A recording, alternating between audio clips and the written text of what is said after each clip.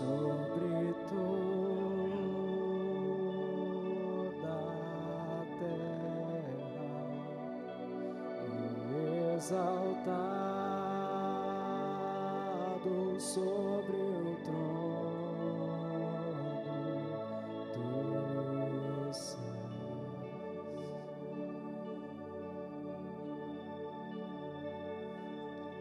O Senhor é alto sobre toda a terra e exaltado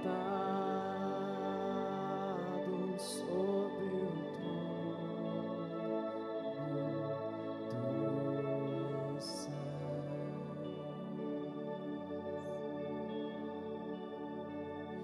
Te exaltamos,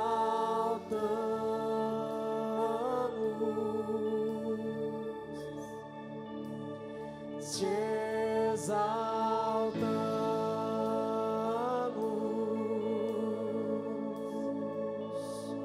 te exaltamos,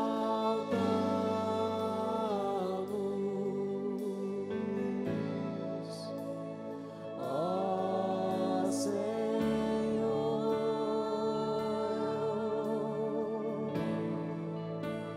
te exaltamos,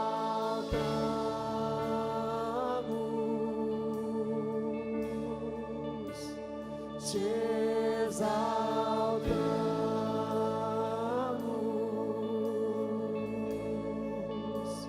te exaltamos,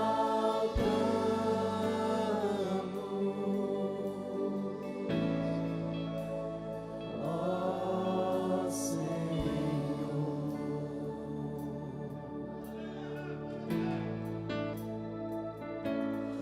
O Senhor é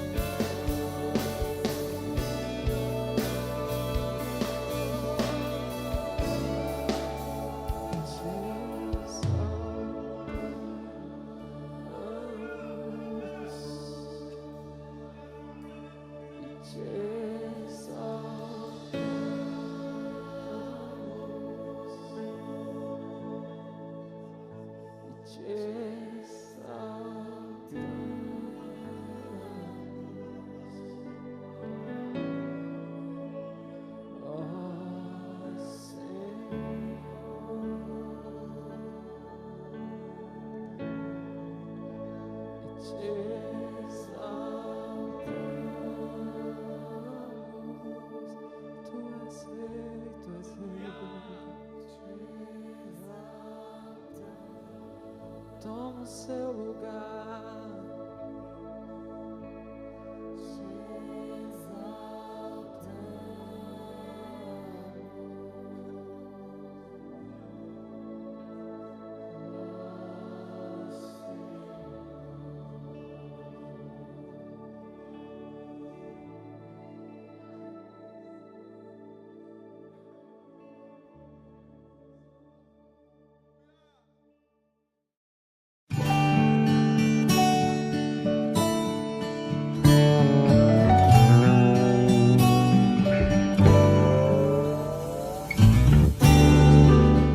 Diz assim, em Êxodo capítulo 3. Apacentava Moisés o rebanho de Jetro, seu sogro, sacerdote de Midian. Certo dia, conduzindo as ovelhas para além do deserto, chegou a Horebe, o monte de Deus. Ali o anjo do Senhor se revelou a ele, numa chama de fogo que saía do meio de uma sarça. Moisés observou e eis que a sarça ardia no fogo, contudo não era consumida pelas chamas. Então pensou Moisés, que coisa impressionante, por que será que o espinheiro não se queima? Devo chegar mais perto para contemplar essa maravilha. Então o Senhor viu que ele deu uma volta e se aproximava para observar melhor. E Deus o chamou do meio da sarça ardente. Moisés, Moisés, ao que ele prontamente respondeu, eis-me aqui.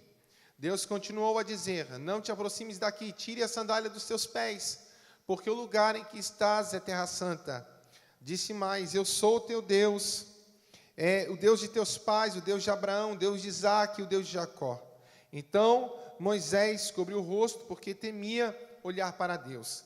Disse o Senhor, certamente tenho observado a opressão e a miséria sobre meu povo no Egito. Tenho ouvido o seu clamor por causa dos seus feitores, e sei o quanto estão padecendo.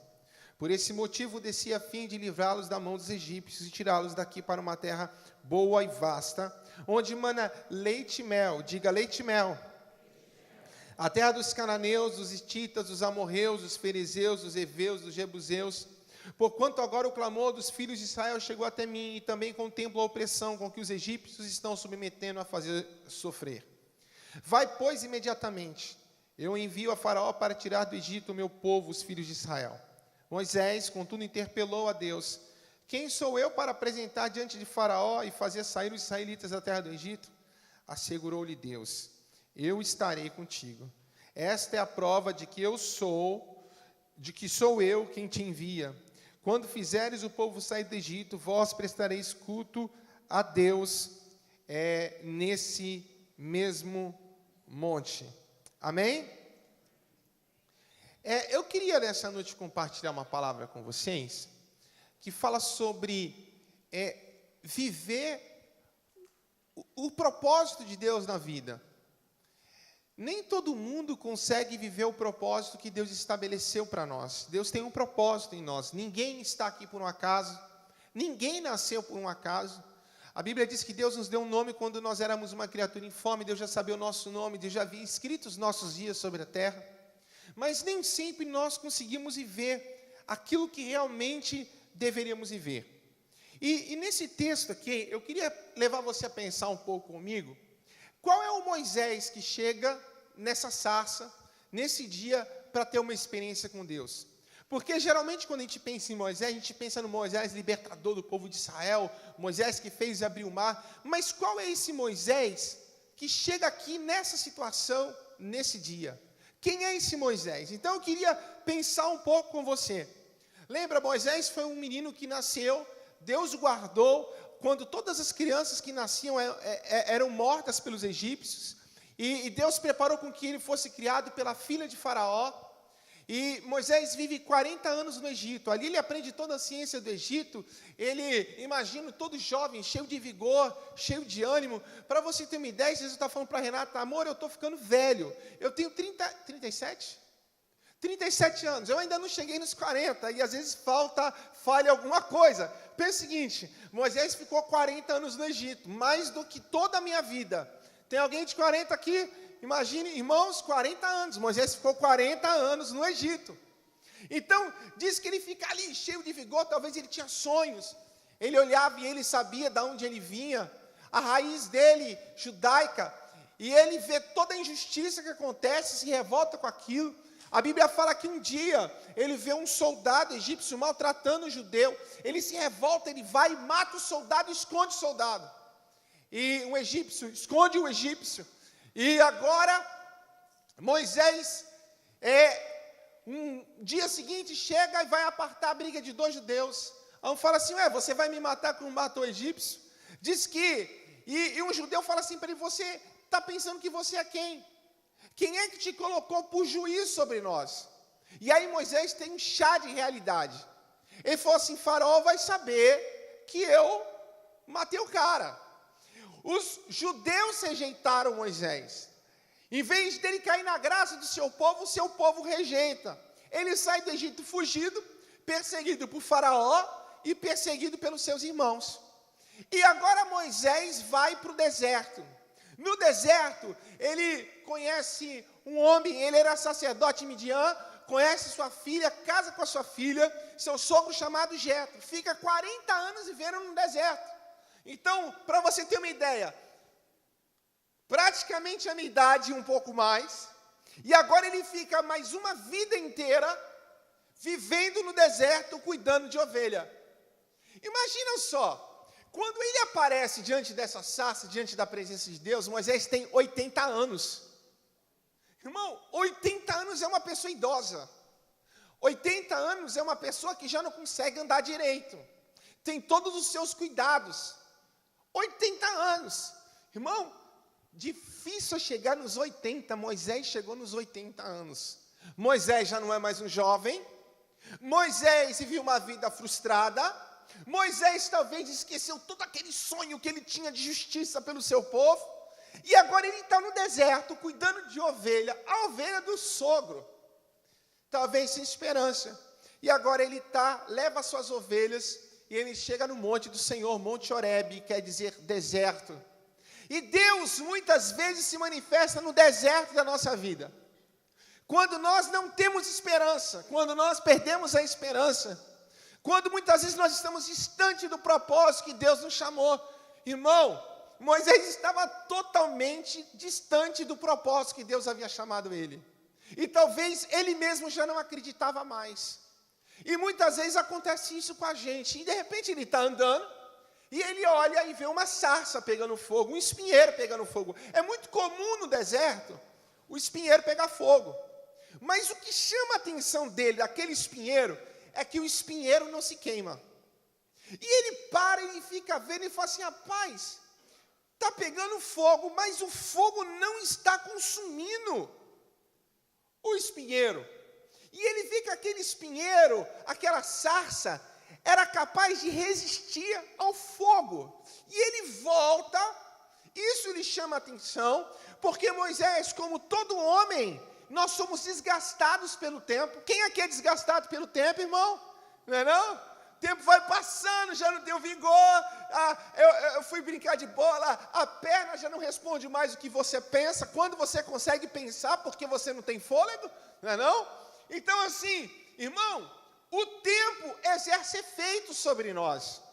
E muitas vezes a gente está na igreja e o efeito do tempo vai exercendo, o tempo vai exercendo poder sobre nós. E diz que agora, Moisés chega diante daquela sarça, e ele começa a observar, e ele volta.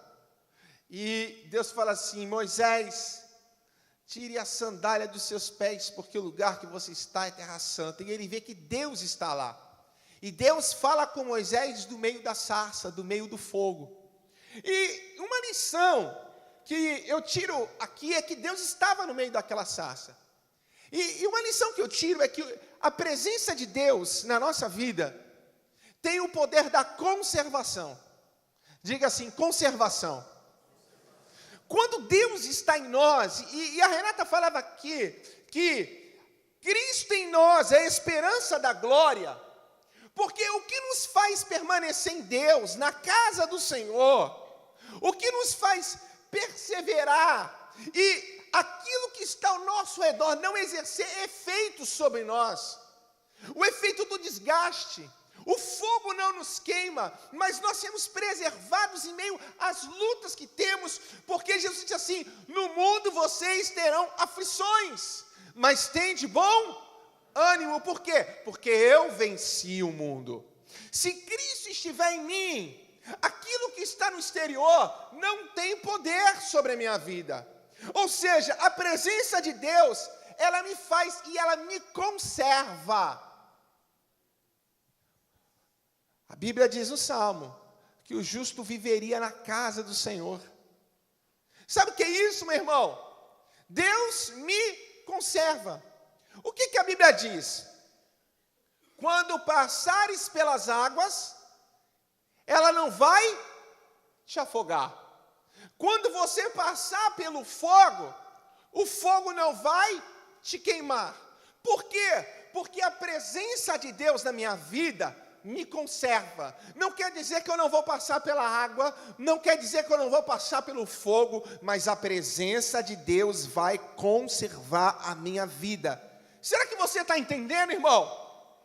Ou seja, não quer dizer que você não vai ter luta, não vai ser traído, não vai ser ferido, mas Deus vai conservar você. Se Deus estiver aí, meu irmão, Deus vai conservar você. Olha a igreja do Senhor, irmão, a igreja passou por tantas lutas, foram heresias que entraram na igreja, foram perseguição no meio dos cristãos, matavam cristãos, mas a igreja foi preservada em meio a tudo isso. Porque a igreja foi preservada a meio a tudo isso? Porque o Senhor está na igreja, e aonde Deus está, Deus preserva.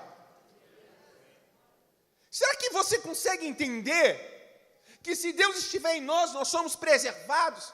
Lembra Sadraque, Mesaque e Abednego? Irmão, o negócio não é fornalha, é quem está na fornalha. Deus estava com eles. Diz que nem cheiro de fogo ficou neles. Daniel na cova, nada aconteceu, porque Deus estava com ele. Deus preservou Daniel. Deus nos preserva, Deus nos guarda. E é isso que Moisés precisava entender, porque o tempo na vida de Moisés tinha trazido desgaste, mas ele precisava entender que aonde Deus está, e se Deus estivesse com ele, meu irmão, Deus iria preservá-lo, para que ele pudesse cumprir o propósito que Deus tinha na vida dele. Não quer dizer que nós não temos lutas, mas nós precisamos entender que, irmão, era muito comum no deserto a sarça pegar fogo. É muito comum nos dias de hoje, nós temos lutas. Passamos por problemas financeiros, novidade. Grandes coisas. Pessoas doentes, grandes coisas. Era muito comum a sarça pegar fogo. É muito comum nós termos problemas.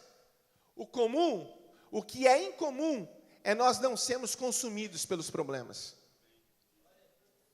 E Deus nos chamou para perseverar, para permanecer com a mesma alegria de antes, hoje, a mesma força de antes, hoje. Moisés precisava aprender com a sarça, irmão, amém?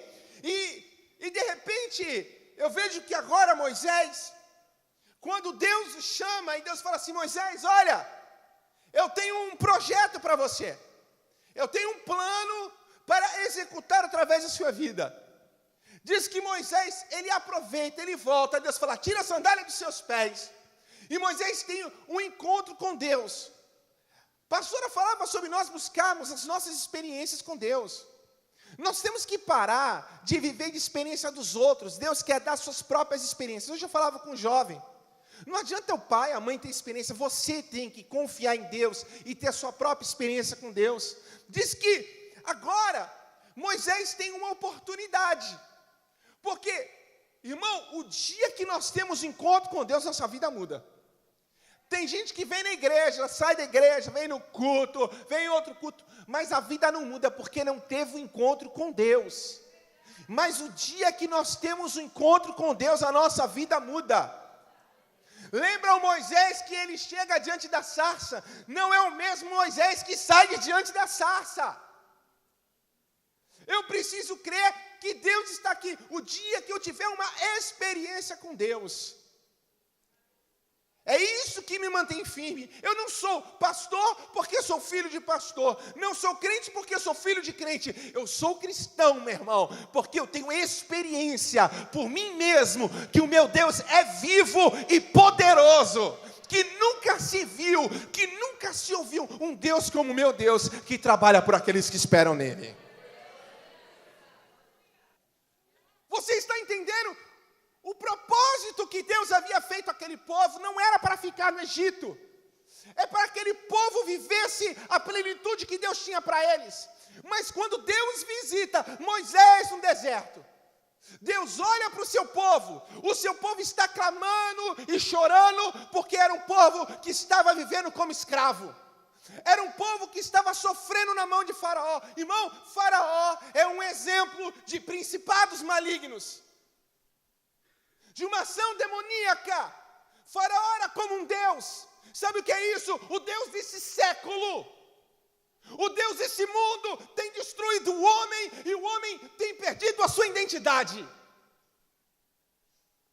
Falava com alguém essa semana, vai na Cracolândia. Olhe para o que o mundo e o Deus desse século faz com o homem. Ficam aprisionados. O homem parece um zumbi, muda o gosto. Deus não fez o homem para ser escravo. Deus fez o homem para ser livre. Deus não tinha feito Moisés para ficar vagando no deserto. Deus fez Moisés para ser o libertador do seu povo. Deus tem um propósito na sua vida. Nós não podemos perder as oportunidades que Deus coloca diante de nós. Diz que Moisés, então, ele vai e aceita o chamado de Deus. Deus liberta o povo com poder. Lembra o que José disse? Deus os visitará com poder. Diga poder. Diga poder. Crendo, diga poder. José profetizou, Deus os visitará com poder. E agora vem Moisés e liberta o povo com... Eu quero que você tenha uma certeza nessa noite. Deus pode. Deus tem poder. Deus tem poder para libertar e transformar a sua vida. Deus tem poder para mudar a história dessa sociedade. Deus tem poder para mudar a vida de um homem. Deus tem poder. Deus chama Moisés. Moisés agora aceita a oportunidade. Segunda lição, para vivermos o propósito. Precisamos confiar em Deus. Confiança. Moisés não podia sair e deixar a vida em que ele estava levando de um pastor de ovelhas para enfrentar um faraó que era considerado Deus, um exército poderoso, e não apenas enfrentar faraó, mas enfrentar o seu próprio povo, se ele não tivesse confiança em Deus. Ele precisava confiar plenamente em Deus. E Deus falou assim, Moisés, eu quero que você saiba que eu vou ser contigo. Irmão, o segredo está aí. Deus está conosco. Ou eu confio que Ele me chamou, ou eu confio que Ele me salvou, que Ele está comigo, que Ele se responsabiliza comigo, por mim, ou eu estou perdendo meu tempo na igreja, irmão. Não tem meia confiança, não tem meio termo, é tudo ou nada. Moisés não podia chegar diante de Faraó e falar assim, Faraó, eu acho que Deus me mandou aqui.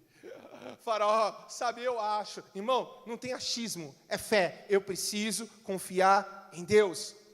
Moisés fala, mas Deus, eu vou chegar diante de Faraó, diante do povo, eu vou dizer, quem é que me enviou? Deus falou assim, diga para o povo que o eu sou me enviou a vós. Quem é Deus? Ele é o eu sou. sou. Ele é o socorro, Ele é o abrigo, Ele é o amigo, Ele é meu esconderijo. Quem é? Ele é a fortaleza. Quem Ele é? Ele é o quarto homem da fornalha, Ele é o leão da tribo de Judá, Ele é o médico dos médicos. Quem é Ele? Ele é o Deus que provê. Quem é Ele? Ele é o Jeová Nissi, Ele é a minha bandeira. Quem é Ele? Ele é o eu sou. Eu sou. Diga para o povo que eu sou. Eu sou. Eu sou.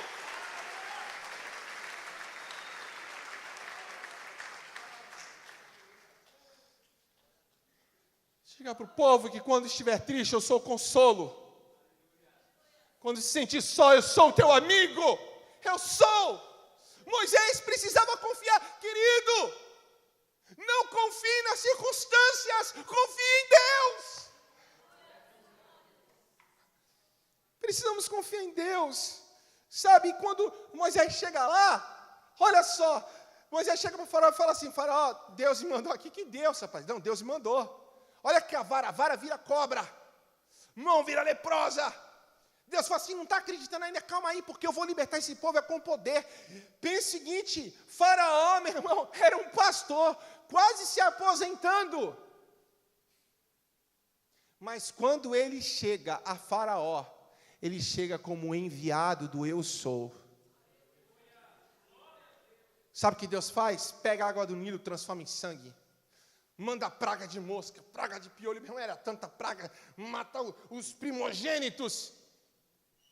Sabe como Deus liberta aquele povo com poder? O poder era de Moisés? Não, o poder era do eu sou. Nós só podemos viver o propósito de Deus quando nós confiamos plenamente em Deus, porque quem vai cumprir é Ele. Mas você entendeu que eu posso ter um propósito e não viver o que Deus tem para mim? Porque eu não consigo confiar em Deus. Eu não consigo me entregar totalmente a Ele. Sabe, eu preciso me entregar totalmente a Ele. Colossenses 2:6 diz assim: como, pois, também recebestes o Senhor Jesus Cristo. E a gente pensa assim, que legal. Aí vai lá Moisés, liberta o povo de Israel. Quando Deus aparece para Moisés na sarça, a Bíblia diz que é o anjo do Senhor. Isso chama-se teofania, é Cristo se apresentando no Antigo Testamento. Cristo tem o poder de nos conservar. É Deus quem liberta agora os judeus e o povo de Israel do Egito. E eles saem agora e Deus fala assim: eu tenho uma terra para vocês que mana leite e mel. Engraçado, sabe qual é o problema nosso? Nós pensamos o seguinte, que o fim de tudo é aceitar Jesus. Aceitei Jesus, acabaram-se. Os meus problemas acabaram. Olha, Jesus salva meu marido, aí salva o marido. E aí, pensou que o problema acabou? Não, o problema continua. Pastor, aceitei Jesus, as coisas pioraram. Claro, irmão. Vamos entender uma coisa aqui, ó. O povo de Israel pensava que o único problema deles era ser escravo. O maior problema de Israel não estava em ser escravo. A Bíblia diz em Colossenses assim: como, pois, também recebestes a Cristo. Quem recebeu Cristo aqui, levanta a mão. Diga glória a Deus. Glória. Uau, que legal. Benção receber Jesus. Terminou, pastor? Não. Assim também andai nele. Então, o maior desafio também, talvez não seja receber a Cristo, mas o nosso maior desafio é andar e permanecer em Cristo. É fazer a vontade de Deus, é fazer com que o propósito de Deus se cumpra. Olhe, Deus tira aquele povo do Egito em poder, mas não era isso que Deus tinha para aquele povo, porque quando recebemos Jesus, nós não recebemos apenas a salvação, nós recebemos também um destino, nós recebemos também um propósito. Nós não estamos aqui por acaso, mas Deus tem um propósito conosco, e esse propósito se resume em uma caminhada diária com Cristo. E aí nós vamos descobrir que talvez o maior desafio não é receber a Cristo, mas é estar em Cristo. Quando nós somos confrontados com a palavra de Deus, quando nós somos perseguidos, quando nós somos injustiçados, e a única coisa que vai nos fazer permanecer em Cristo é confiar plenamente nele. É confiar que Ele tem um destino para mim e que eu vou chegar lá. Mas e se não acontecer? E aí você vai ver que quando esse povo sai, Deus tem um propósito para ele e fala assim: eu vou levar vocês para uma terra que manda leite e mel. Primeiro obstáculo, o mar vermelho. Deus abre o mar, irmão, Deus faz milagre. Deus fala: esse povo vai chegar no seu propósito. E Deus abre o mar, Deus abençoa, Deus prospera, sabe? Mas o que é engraçado é que aquele povo que saiu do Egito era um povo bom. Como bom, pastor? Não era um povo bom, era um povo trabalhador, sim ou não? Judeus eram trabalhadores, irmão. Os caras trabalhavam muito. Eles nunca tinham se rebelado contra Faraó. Eram bons escravos. Mas talvez esse seja o maior problema de Israel. Eles eram apenas bons escravos. Diga assim: bons escravos. Bons escravos. O escravo só faz aquilo que se manda. Escravo não é proativo, escravo é reativo. Se manda, ele faz. Escravo não tem iniciativa. Eles eram acostumados a comer a porção e a ração diária que o povo do Egito proporcionava a eles. Eles não tinham nada, o que eles tinham é que dava para eles. Sabe o que acontece? E aí estava o maior desafio desse povo. Foi um povo, e você vai ver que esse povo nunca chegou no propósito. Foi um povo que morreu em meio à sua caminhada, porque nunca entendeu que Deus tinha um propósito na vida deles. Querido, sinto dizer para você, nem todo mundo vai chegar no destino que Deus preparou para nós aqui nesse lugar. Talvez você está aqui e você vai parar no meio do caminho. Talvez você está aqui e vai se desviar no meio do caminho. Sabe por quê? Porque não existe uma plena confiança que Deus está no controle e Deus nos ensina. Preste atenção. Esse povo sai do Egito, acostumado a ter tudo na mão, e agora Deus os chama para ser livres. Só que é o seguinte: uma pessoa livre não come de ração, ela come do que produz, tem que trabalhar para poder comer. Uma pessoa livre não pode ser uma pessoa reativa, que fica esperando alguém fazer alguma coisa para ele poder ter. Ele precisa ser proativo, ele precisa ter iniciativa, ele precisa dar o primeiro passo. Uma pessoa livre, ela não murmura da vida, porque a vida para ela é a esperança que Deus colocou para ela e a oportunidade de cada dia para que a vida possa melhorar para ela.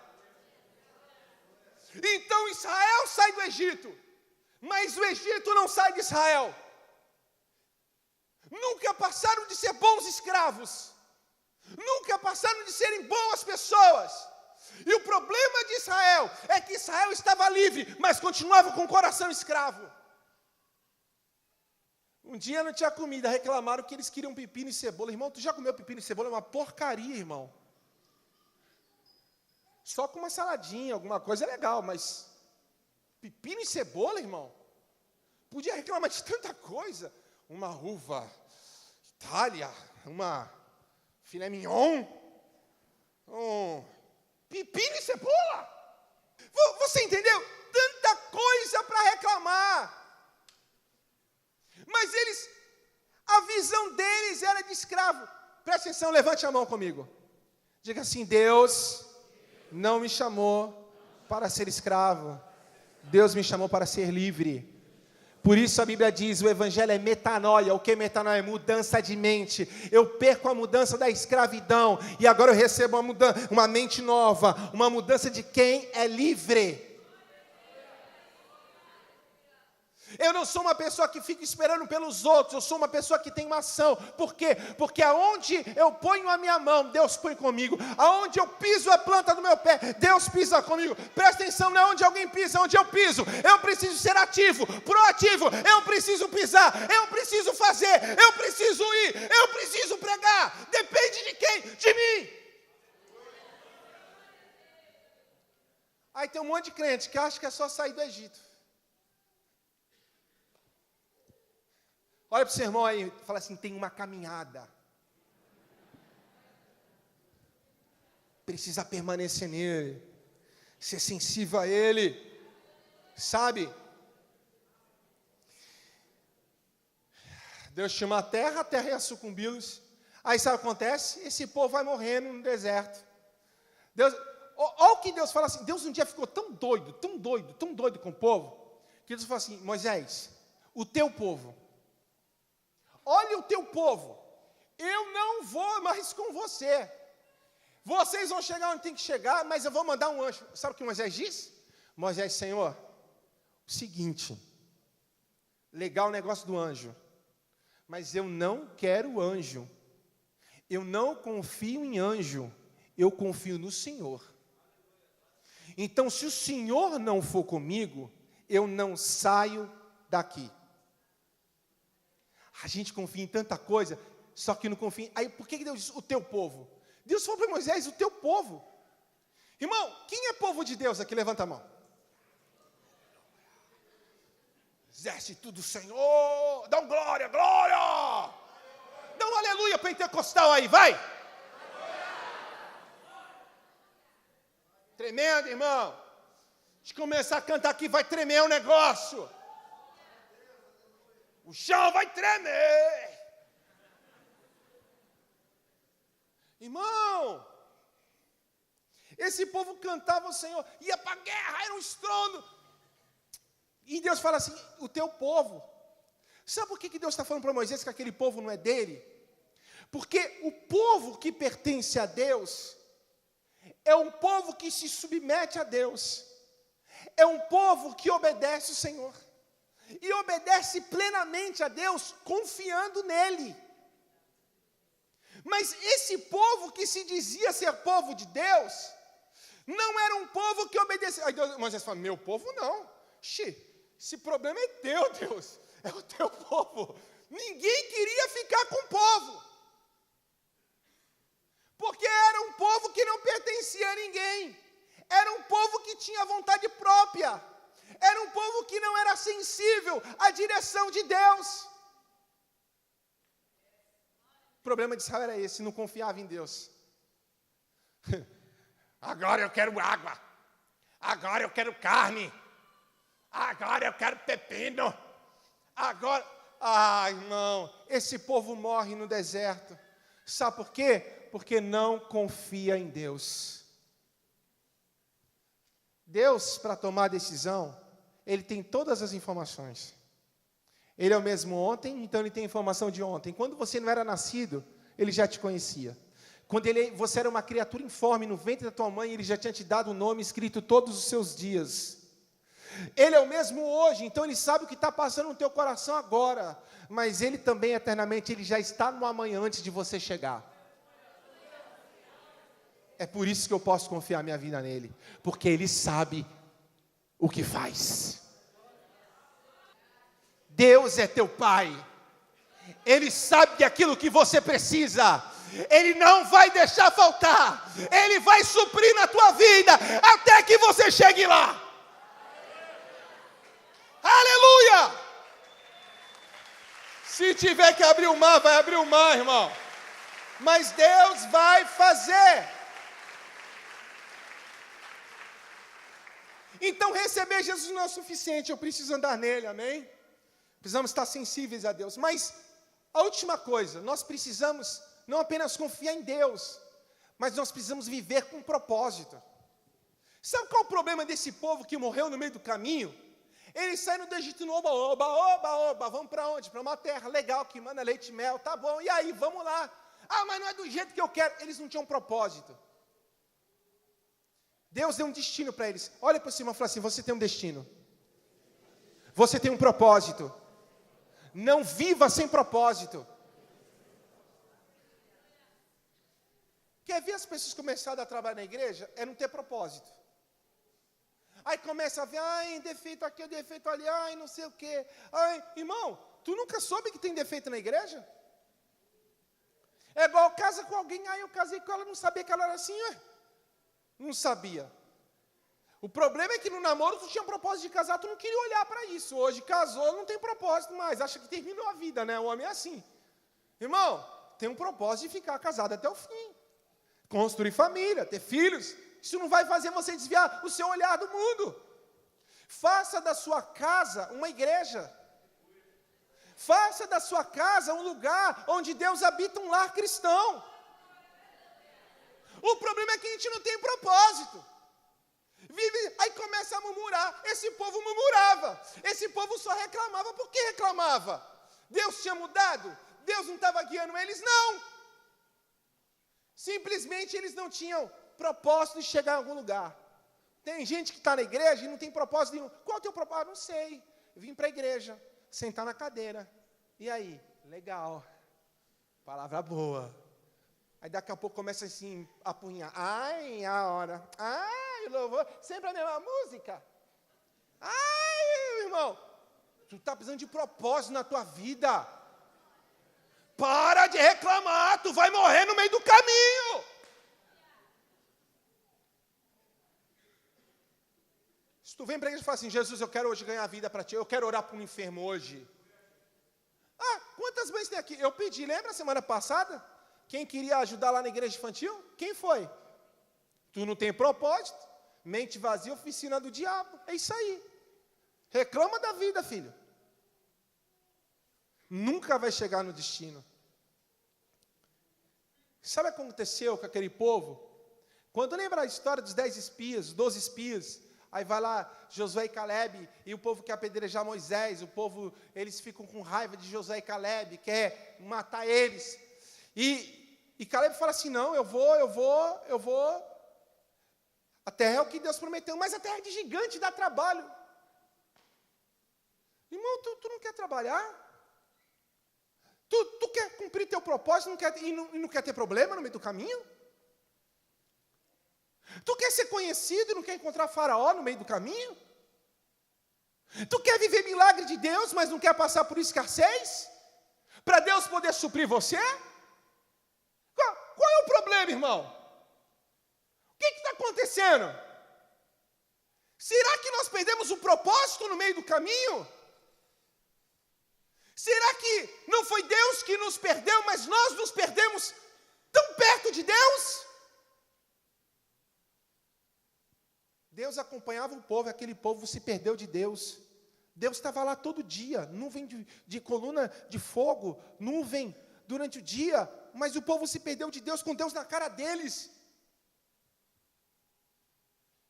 Olha para o teu irmão e fala assim, querido, tu pode se perder de Deus. Pega a mão aqui, ó. Com Deus na tua cara, põe a mão na cara dele. Deus pode estar na tua cara e você se perder de Deus. Sabia? Ah, mas eu estou na igreja. Grandes coisas. Eu vi a nuvem. Grandes coisas. Tem que viver com propósito. Tem crente que está aqui, ai, como era bom há 10 anos atrás, quando eu me converti. Oh, vida boa, aquela época que nós cantávamos juntos e nos reuníamos. Teu problema é que tu perdeu o propósito, irmão. Quem vive com propósito, continua forte. Quem vive com propósito, tem as forças renovadas como as forças de uma águia. Os jovens correm e se cansam, mas os que esperam em Deus terão as suas forças renovadas. Subirão e não se cansarão. Correrão e não fadigarão. Xarabacalaba, xarabacalaba. Tem um monte de gente perdida hoje no nosso tempo, que não vive o que Deus tem para você, que não entendeu o propósito de Deus para a tua vida. O Senhor está aqui hoje para mudar a tua trajetória. Ninguém segura um povo com propósito, porque o povo com propósito chega ao seu destino. Não anda vagando por aí. Espírito Santo,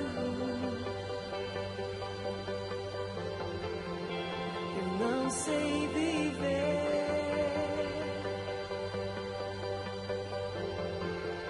sem tua presença.